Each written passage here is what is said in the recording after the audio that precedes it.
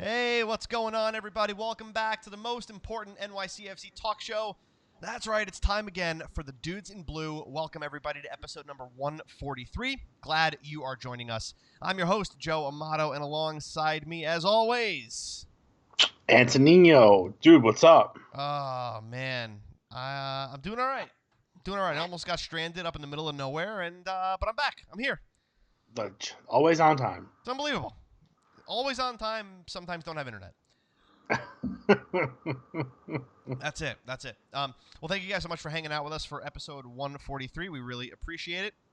Hope you guys are doing well. Start leaving the comments if you're watching on the Facebook Live feed. Let us know where you're watching from. We'll do a quick roll call in a second. But before we do, make sure to give us the follow on Facebook, Instagram, and Twitter.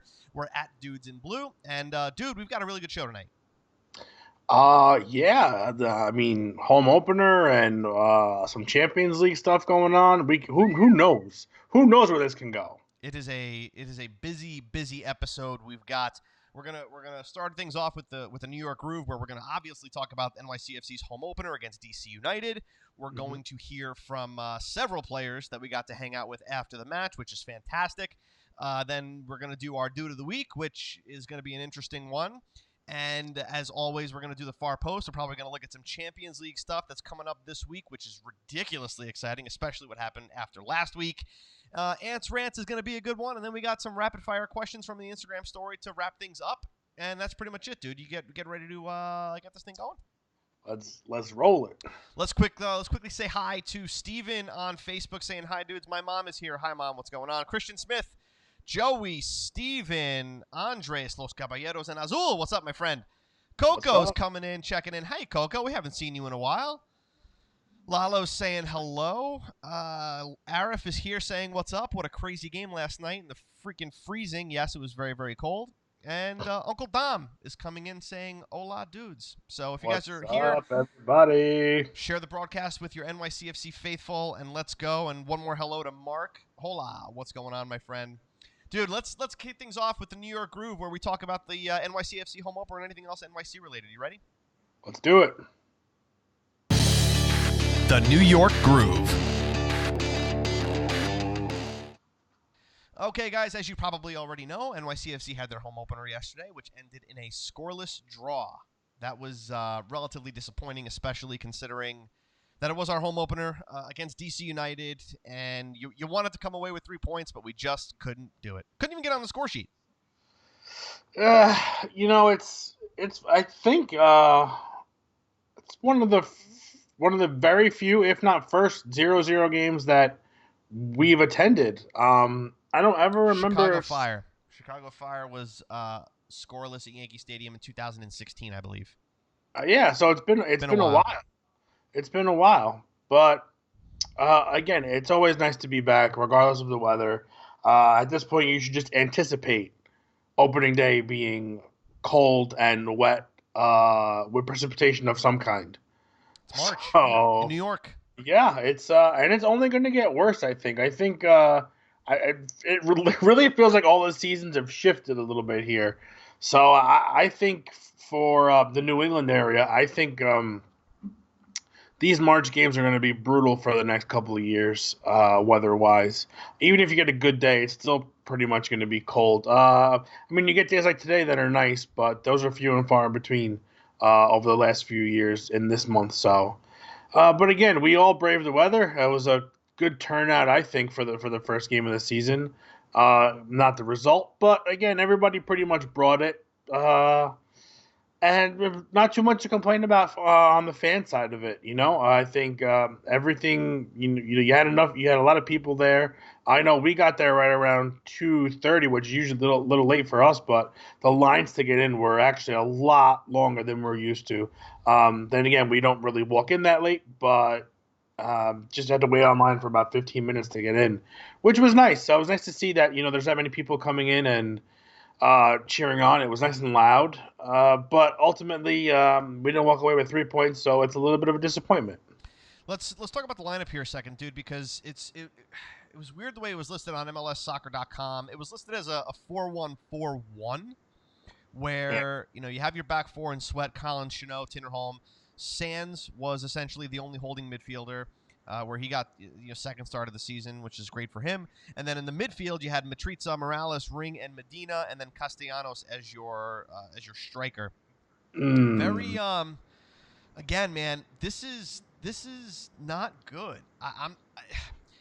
Especially with the shape-shifting that goes on throughout the entire match, nobody really, except our back four, has a set position. Yeah, it's difficult. It's difficult to build consistency that way. But again, I think you have to take it with a grain of salt because everyone gets the names, all these different sites. Even when City puts out the lineup, they don't really tell you what shape it is. It's pretty much whoever's interpreting the data ends up spitting out what formation they think it is. I think it was more of a 4-3-3. I think you saw Medina and Matriza on the left and right side push a little bit forward. I didn't think we played with a sole attacker up front in Tati. I think Tati ended up being on the left hand too. So I think those three guys pretty much switched when they wanted to. And again, in theory, it's nice because the defense, gets a lot of different looks at different players, and it's hard to adjust that way.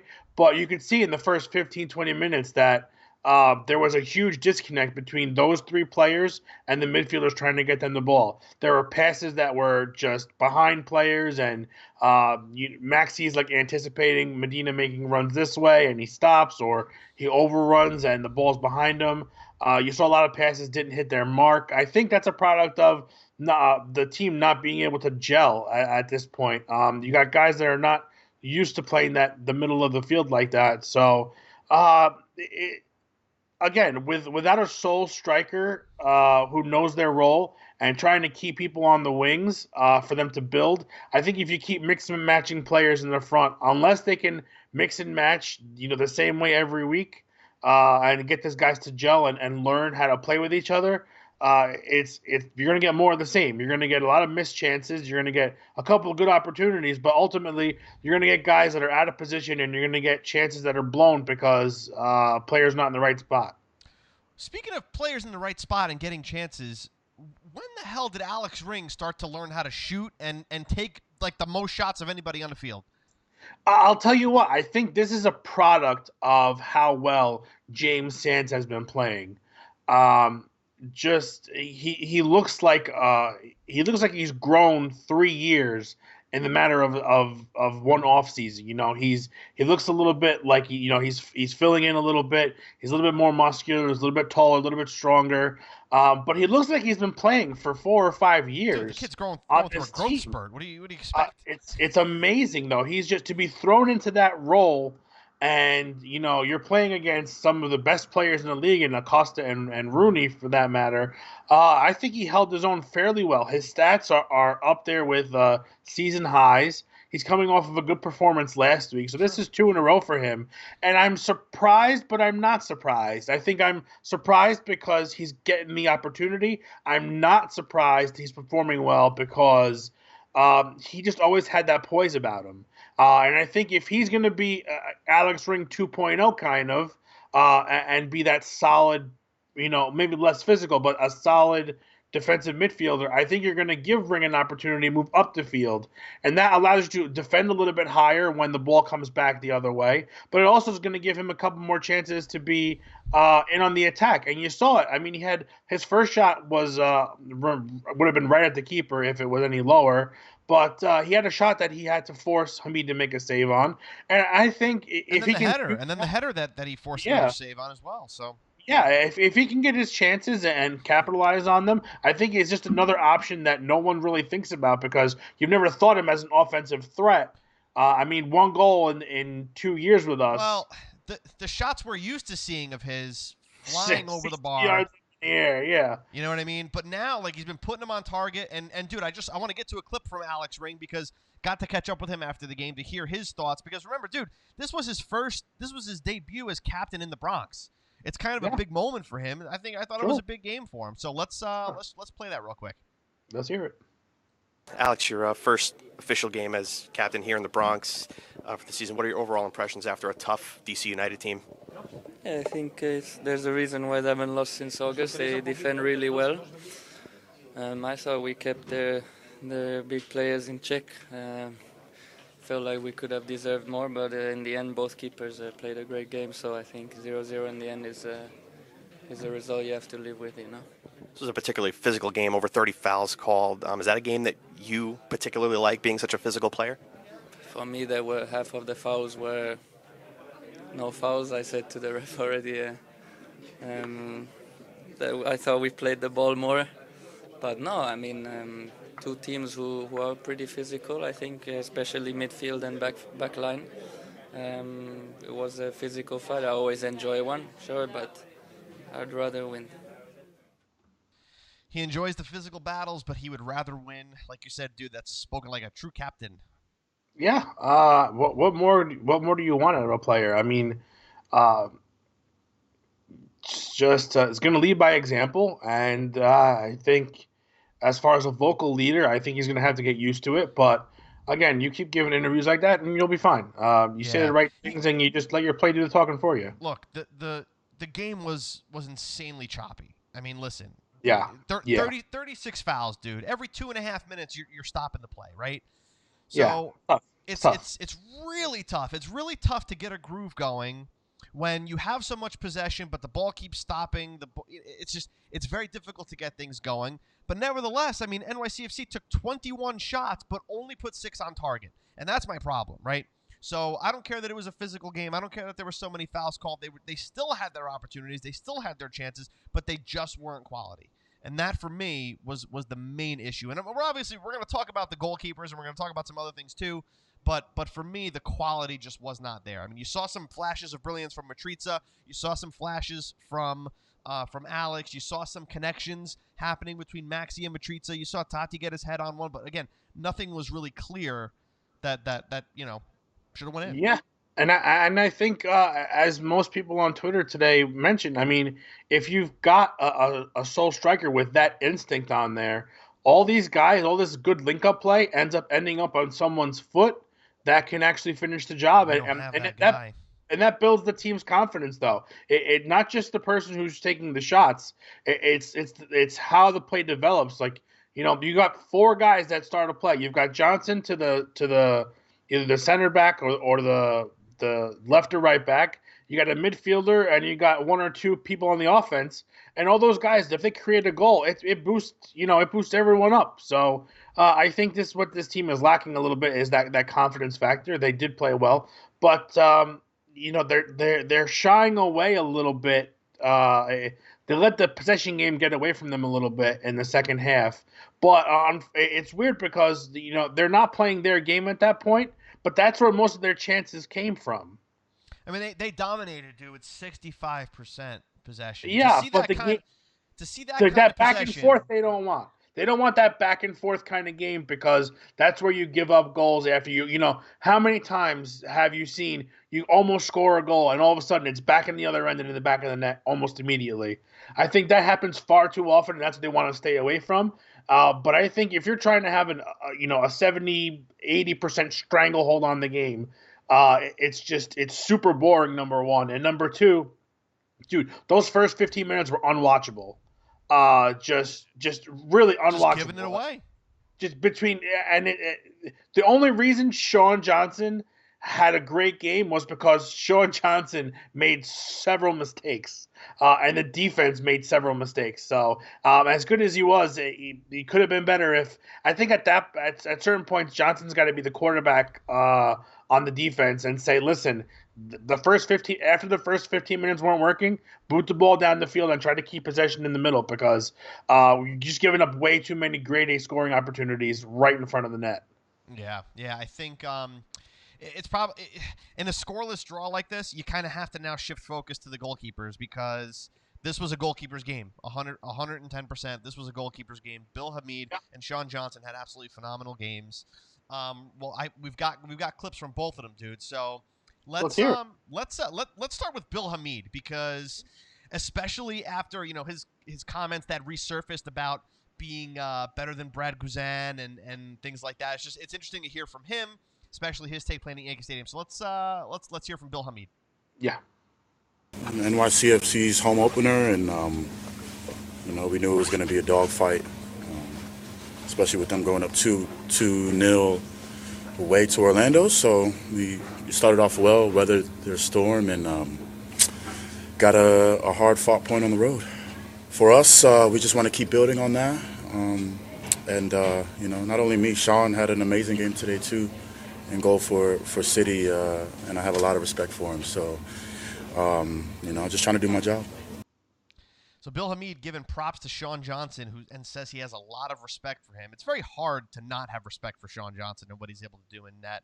But if you're Bill Hamid, that's saying something, because we know how he feels about other goalkeepers. And I will say, it was great to see him and Hamid do the jersey exchange at the end of the game. I think in all of sports, that has to be one of my favorite, if not my all-time favorite tradition. I think it is one of the coolest things.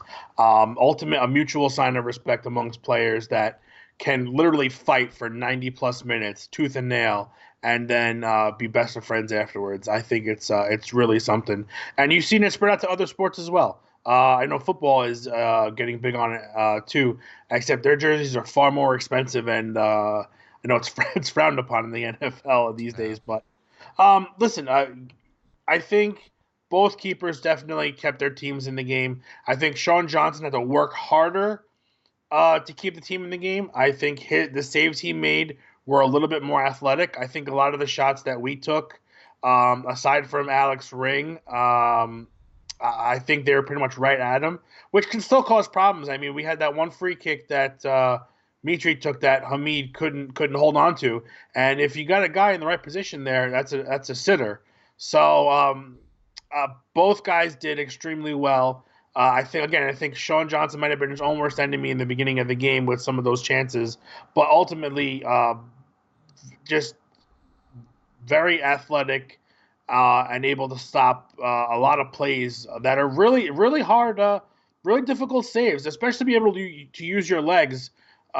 He made, I think, two or three kick saves, which you don't really see too much. You try to see the hands involved a lot because you can control the ball a little bit more. But I mean, when you don't have time to use your hands, that's the next. It was like Johnson's save against Areola in the first half there, where Areola came running down. He was looking for the cross to Rooney, but didn't find it, so he just decided to take it upon himself. And if Johnson doesn't make the hockey goalie save, that ball's winding up in the back corner, and that's it. Yeah, it's always nice to when you get that back and forth when both keepers are on. That's what makes the game. That's what can make a 0-0 game entertaining. If it's just pretty much like the first 15, 20 minutes of the game constantly for 90 minutes, that's really not fun. Yeah, no, for sure. Let's hear from Sean Johnson. Got some time with him after the game as well, because his comments I could have taken it or left it.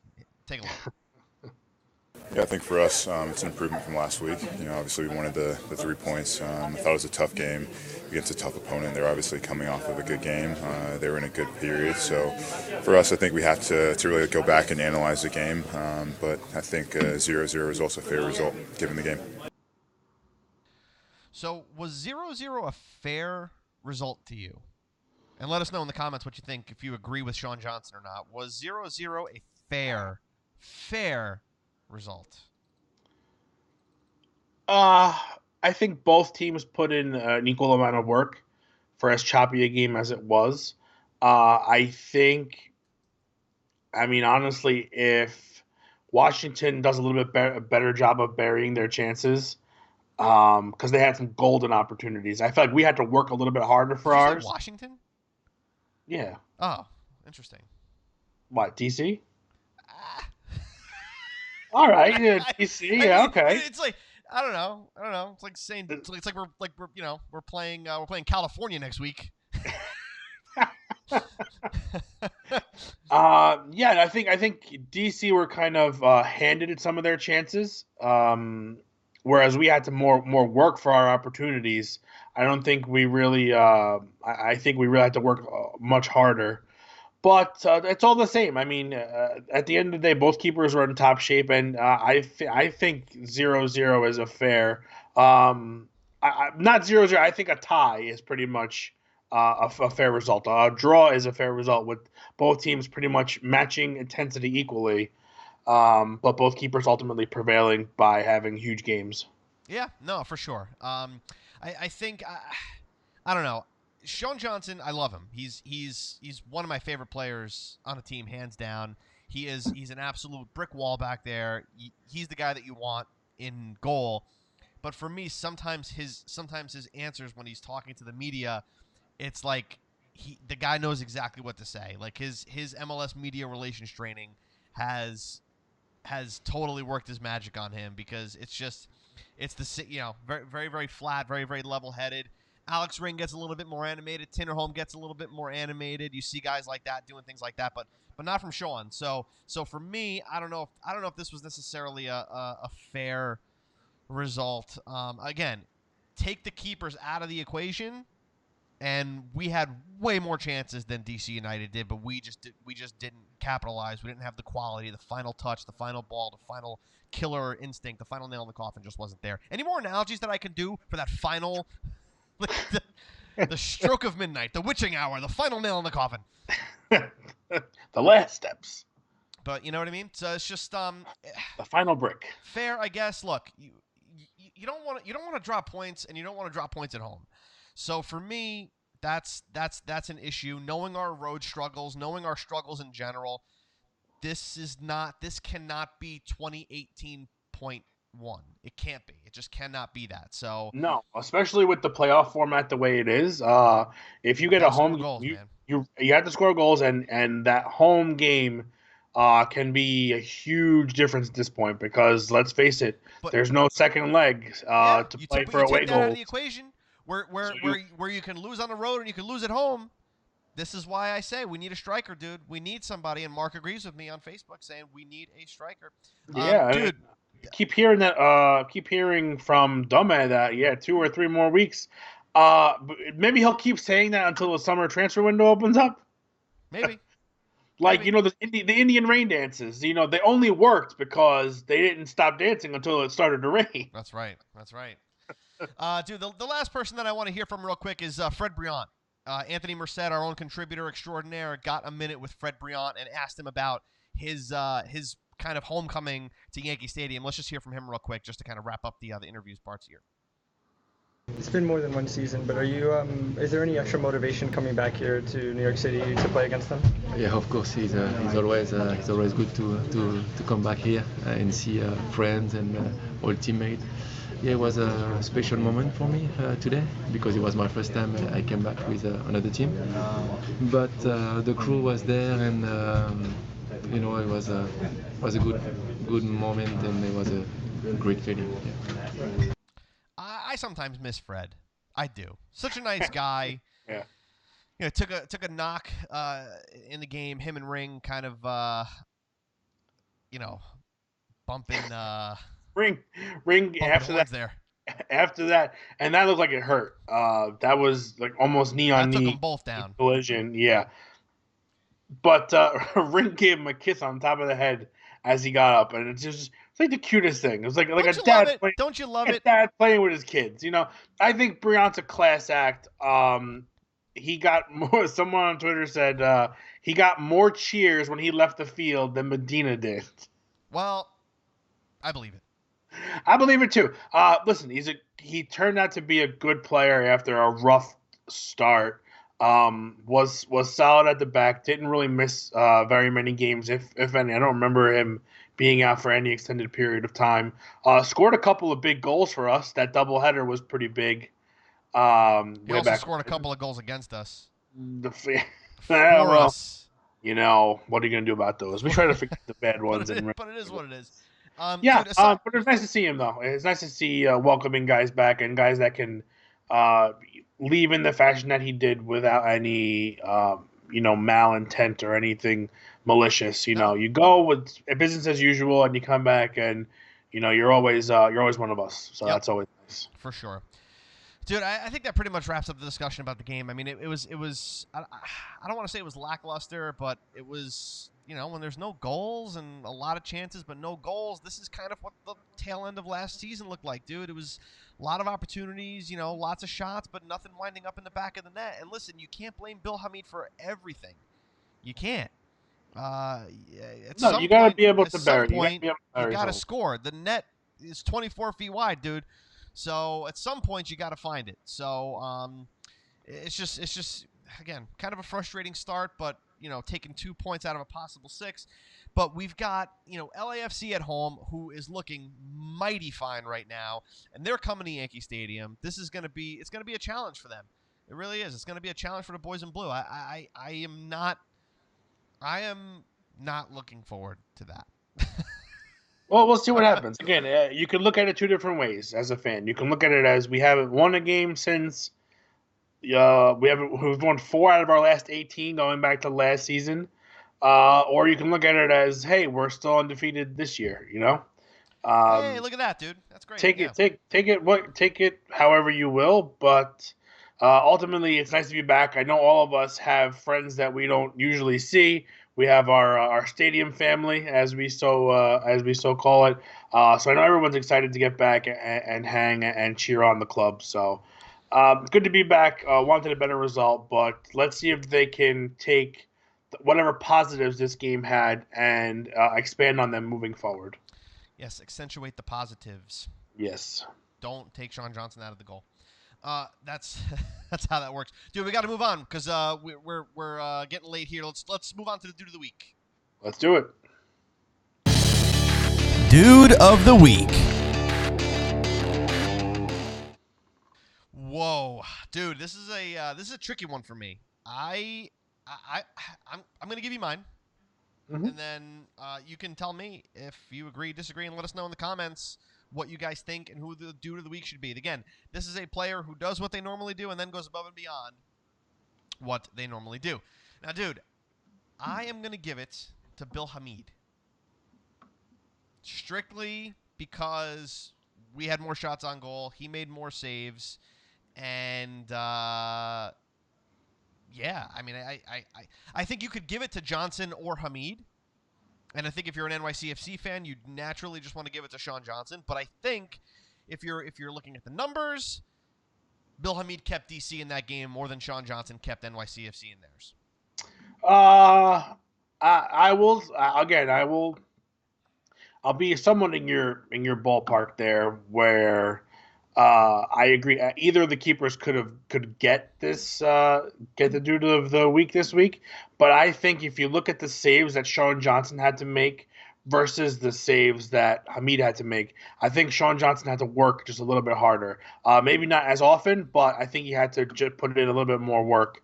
Again, part of it was his own fault and his distribution. And the defense and lack of being able to move the ball off the field. But ultimately, I think he had to work a little bit harder, so I'm going to give it to Sean Johnson. Well, everybody in the comments is saying Johnson, Johnson, Johnson. We got Johnson or Sands, and Lots some people Johnsons in the crowd, huh? completely disagreeing with me. This is a Johnson fest here. So it's look, my opinions, might be the unpopular one, but nevertheless, I think Hamid, I like numbers. I like numbers. I'm just that way. Can we give it to both of them? No, you can't do that. It's not All dudes. right, well then, it's not dudes of the week. Listen, it could be whatever the hell we want. We make the show. But look, if I'm gonna side with even though I don't agree with most of you, I'm gonna side with the people and give it to Sean Johnson because again, everybody else wants him, and I'm the only one that doesn't. So majority rules. You guys all suck. And Sean Johnson gets the dude of the week for episode 143. Congratulations there, Sean. I hope you enjoy it. Put it up on the wall. And thanks for those 3 saves, my friend. We really, really do appreciate it. Dude, let's move on to the far post. We got some stuff to talk about and some NYCFC related stuff as some of the comments came through that I want to get to. So let's get rolling, dude. Yep. The far post. Okay, the far post. This is the time of the show where we're talking about things kind of outside of the NYCFC world, but not so much because this time I do want to just bring up one thing, and we have to just touch on it for just a second. And I'm going to try to pull up the comment here. And I believe it was Eric Martin on Facebook says, "How do you dudes feel about Reyna's comments on a potential new stadium deal being very, very close?" Guys, This is again. I'm the king of unpopular opinions today. I don't care. I don't care. This team, he needs to be focused on finding this team a striker before we worry about a stadium. Let other people handle the stadium. You focus on getting us somebody who can put the ball in the back of the net, because guess what? You can build a stadium and it'll be full for 2 years, and if this team looks the way it does now, nobody's going to show up. Dude, I'm telling you, he says we're close. We've been close for 5 years. Maybe geographically? In proximity? Maybe he was talking about how close he was to the interviewer. Maybe. Like, we're close. We're a little too close. Like, take a step back because you're my personal And he space. took it way out of context and wrote a complete piece on it. And went bananas. Claudio was like, I didn't say any of this stuff. Oh, that's funny. But again, I just don't think it's going to move the needle too much. And that's, It is what it is. we're going to get it when we get it. There's no sense in harping on it. This team has obviously let this kind of slip through the cracks, and they obviously but overestimated their capability in finding a spot for a stadium. Yeah, There's no sense. There's no sense in complaining about something that we have no control over. I could see if the club was going in one direction and doing something, and we all had a petition going to not do or to do something, but our complaining is not going to get anything done. It's just going to essentially, you think a team that hardly cares about you now as season ticket holders is going to want to do things for you when you complain constantly for 5, 6, 7 years? Get over it. It'll happen when it happens. Focus on being a good fan now and supporting the team and coming to games. And if they win, it's great. If they don't, we still cheer. But the fact is that this team cannot present plans for a stadium with 4,000 ticket holders or constantly half-empty games. All these people that I'm dropping my tickets because there's no stadium. We're not going to see a stadium for a while. So if you want to choose to not have tickets and deny yourself of a fun time because you feel the team has wronged you in some way, you are the type of person that is going to end up one of those people that is on the outside looking in and saying, the team, where's mine? The team's not doing anything for me. Well, it would have if you would have kept, your end of it up. I understand it's a lot harder to do things in the city with politics and stuff like that, but I don't want to get into this. I really don't want to. This is turning into ants rants. This is turning into ants rants, dude. It is, and there's no reason to do it. It really isn't. Support if you want to support. Don't support if you don't want to support. But don't use the stadium as a basis for it because it's a stupid argument. It's a stupid argument that you end up hurting your team's chances of doing anything by leaving. To be honest with you. Yep, for sure. Let's move on from that, dude. Let's move over. Let's move further south. Let's move down to Georgia for a second, dude, because the one thing dudes I go have down to talk Georgia. about, huh? The dudes go down to Georgia. That's right, Georgia United over there, dude. And guys in the comments, what is happening to Atlanta? Frank DeBoer is destroying Atlanta United. I find it so hard to believe. They took a 1-1 draw at home in front of a packed Mercedes-Benz Stadium against FC Cincinnati. They should have walked all over this team. What is happening in Atlanta? I know Miguel Almiron's gone, guys. But at the same time, you're the defending champions. You still got a stacked squad. You brought in Pity Martinez. You got Ezekiel Barco. Julian Gressel's still there. Martinez is still there. You guys, what happened? Frank DeBoer is really, and then his comments after the game. I just have to say, I heard his comments after the game. Bad news, dude. The freaking guy literally said that the Atlanta United fans were spoiled by last year, and that they essentially need to lower their expectations. Now, I'm paraphrasing a little bit, but I think he did say the word spoiled. Like, dude, yeah, no, I heard that. Yeah. Come on. There is one thing you cannot do in sports, and it is attack the fans. They will turn on you in a moment, like Exorcist head spinning style. They will turn on you, and they are turning hard on Frank DeBoer, harder than we turned on Domet. Like 2 games. Like, well, you have the Champions League games. Yeah, the Champions League, sure. But at the same time, you have a new coach. But that's a different context. That Champions League is a different context. You can't take that into consideration. When you have teams like Sporting Kansas City falling out and you have teams like Red Bulls falling out of CCL, you got to take that out of context. When you're talking about playing against freaking FC Cincinnati at home in your first – and then you play the fans. I will say it is – difficult. A team that wins immediately, I think it does put fans up on that pedestal, and they think that it's going to happen every single year. I think it's probably better to struggle a little bit. No, you can't. You really just. Are you kidding me? As a media person or an analyst, something like that, you could say that. But as the head coach of your team, you really shouldn't say those things. But at the same time, listen, he's a new coach with this squad. He wants to do things his way. He's had an offseason to do it, but the players still need time to gel. They're still, they had Almiron for 2 years, so last year that gel was solidified. Now it's still a very liquid team at this point, and you got to give it a chance.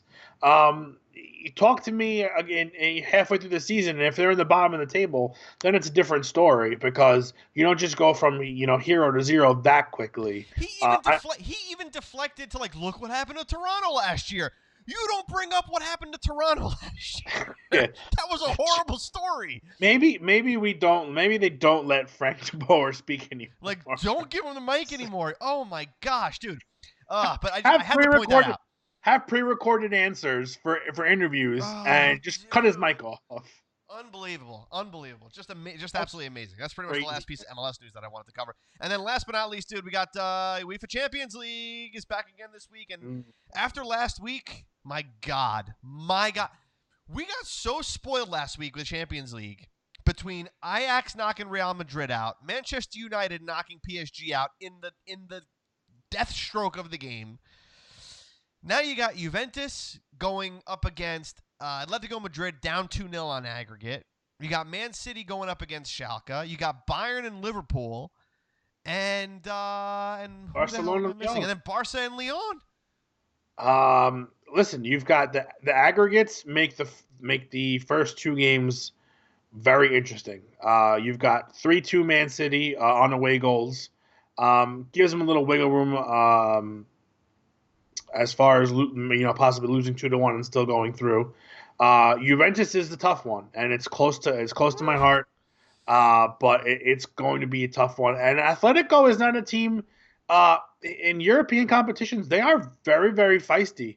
I think a lot of times they're kind of overlooked because 1 and 2 in La Liga are usually Barcelona and Real Madrid. So they're kind of like the odd man out, the third wheel, but they can do some damage in international competitions. They won a few years ago, so that's going to be a dogfight. And then the other two games, you've got 0-0 games moving forward. That any sudden mistake can cause you to be. It's unreal. These are going to be some really fantastic games. And if you're not a fan of European soccer, I would suggest that if you want to get into it, these are 4 games to watch because these are the cream of the crop teams in their respective leagues. You're talking about Man City, Liverpool 1 and 2. Bayern is up there in Germany. Barcelona, Atletico tops of the table. Lyon's good team from Ligue 1. These are just really, really fun games to watch, and I'm looking forward to it tomorrow and Wednesday. And then Wednesday, yeah. Tuesday, Wednesday. Well, there you go, guys. Let us know in the comments who you think is going to win Champions League. I'd like to keep having this kind of thread in the comments each week. But, dude, we got to get over to Ants Rants before we answer some rapid-fire questions. Then we got to wrap this bad boy up. You ready to do it? Let's do it. It's time for Ants Rants. All right, dude, I'm going to sit back. What's pissing you off this week? All right, so over the weekend you had this headline come out. Birmingham fan storms pitch, punches Aston Villa's Jack Grealish in the head. Guys, listen, I know everyone likes to drink. There are a lot of fans who use soccer solely as an opportunity to party. They think it's a good time. They cheer, that's fine. They root for the team. They have the teams, they're interested in it. But ultimately, it's these few, very, very few rotten eggs that are going to spoil it for the bunch. And if you think those Nets at Yankee Stadium, won't be extended if something like this happens, think again. They're talking about doing really drastic things to stop fans from being able to do this. And I just want to know, where are security guards when this happens? Like, the dude has to go all the way from his seat and cross an entire field. Like, does no one see it happening? Make him a fullback. Give him a jersey. And the dude throws a punch at a player. And I've seen people stupid enough to storm the field when their favorite player, they want to celebrate, they want to hug, a jersey, whatever. And usually the players are a little bit more endearing to some of those guys. But it's things like this that end up spoiling it for everyone else. This is why players gravitate away from signing autographs or giving fans handshakes or getting up close and personal with people who really, really ultimately care about them. This was just a really dangerous, stupid thing. And guys, if you know somebody that's going to attempt to do this, just be the bigger person and stop them. Save them the jail time, the fines, looking like a fool, or ultimately hurting someone. Listen, if he catches Jack Grealish in the temple, that dude's done. That dude is out and possibly, with a life-threatening injury. Luckily, the fan was probably drunk enough where he didn't know what he was doing, but he landed his punch pretty much right in the nape of the neck here. So Jack was able to stay on, and I think we're going to end Ants Rants on a high note. Grealish actually scored the game-winning goal. There you go, and that's the moral of the story. Listen, maybe from this point he wants somebody to punch him in the head, and he said, "Listen, we got to score a goal. Someone punch me, Someone quick! Come and punch me." And that could be like a citizen's reward thing. Like, you How get many to be points the player. How many points to punch Medina? How many? That's it. Oh my goodness! Listen, just stop doing stupid crap at the stadium. Watch the game. That's like your have answer a for couple the last beers. couple weeks. Stop doing dumb stuff. Yeah, it's just it's like this. It's like pointing at the village idiot for every team from now until the end of the season. Unbelievable. Well, that was a good Ants Rants. Until next week, I'm sure you'll have something else that's making you very happy. Guys, listen, we're at that point of the show. We're calling it the short corner. Again, I still didn't have time to make the animated graphic yet, but I promise you I will at some point. This is where we take questions from our Instagram story, or if you have any rapid-fire questions you want to get in, put them in right now, because we're going to wrap up the show right after this. So if you've got any questions, and it could be about anything, could be about soccer, could be about what we had for dinner, it doesn't matter. Now's the time to do it, because we're going to answer them in rapid-fire format as they come through. So, dude, you ready? Let's do it. Okay. On Instagram, M. Lumino, why is Maxi our striker? No idea, because we got nobody else. Because there's no one else available. J. Ramo14 on Instagram, why do you think... I'm sorry, I cannot read. Who do you think should play striker on this team? Because Tati did not work there at all. I am going to say Ismail Tajuri Shradi. I think it's a toss-up between him and Matriza now. The passing from Matriza has been on point, but I think he's got the best scoring prowess out of everyone. And right now, we need him to do that rather than set up somebody who's going to miss. Yep. All right. Wada, this is amazing. Wada got a pizza. Wada got a pizza Sperry. Yeah. Wada got a pizza Sperry on Instagram. Should we start worrying about our defense? No. We kept DC United off the score sheet despite their opportunities. And I don't think so. I think it's still too early to worry about our defense. I am concerned about our attacking prowess, though. Yeah, I think these guys are the least of our worries. I think they've played enough together last year where their job is fairly simple and fairly the same as last year. I would like to see them participate more in the attack, the left and right back in Ben Sweat and Tinnerholm. But again, if that's not a product of what Dome wants, then we're not going to get that. So nope, not at all. Andres4850 on Instagram says, why is Medina starting over anyone on this roster? Beats the hell out of me, my friend. So I heard that someone made comments on a broadcast that they didn't like the way Tajuri was training.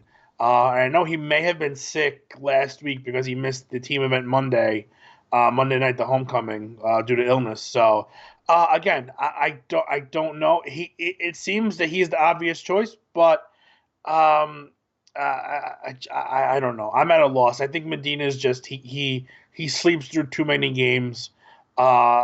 Just not worth the DP price tag. Yeah. Finally, Eric Seven Martin on Instagram says, "Not a question, but I'm really starting to hate Dome." Yeah, listen. At this point, it's still early. I don't want to get all Atlanta United, on Frank DeBoer levels here. But again, let's give it to the middle of the season and see what happens. Let's give it to the middle of next week. Until the middle of tomorrow afternoon and see what happens. And then we'll see what happens. All right. I just think you'd rather this team, if anything's going to happen and they're going to play poorly, I think you'd rather it happen now and go in, and get hot even later. as a bottom seed, go in hot, because that's going to end up carrying you. So let's just keep this. Let's just keep the Dome out feelings at bay for a little while. All right, dude, we got two more real quick here. Number one, Ant, this is for you. Mark on Facebook says, "Where's my wedding invite?" Actually, so they just went out recently, so keep an eye out. Keep an eye out in the mail. We got lost in the mail. And then finally, dude, this is a perfect transition into the last thing while we close off the show. Andres Hernandez says, "Ant, where'd you get that hat?"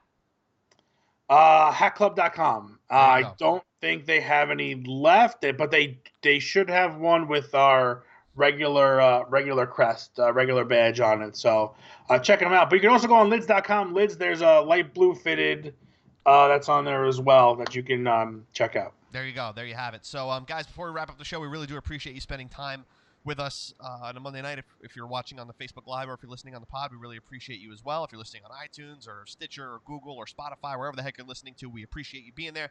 Guys, right now, just FYI, at the Dudes in Blue shop, there is a free shipping code. I'm going to put it up on the screen right now because I can't say it because it's just too damn long. But it's like a Wi-Fi password. It's like a Wi-Fi password. It's like a Wi-Fi password. That is amazing. But if you go on to dudesandblue.com shop right now, there's lots of brand new stuff there. Like Anthony's rocking the 2019 Home Dudes in Blue kit. We've got the Kitman Dan shirt that's brand new. We've got lots of stuff. The shoes have been going like crazy, so thank you guys for buying the shoes. Use that free shipping code. Is it like a certain dollar amount? Like, what's the deal? So it's free shipping.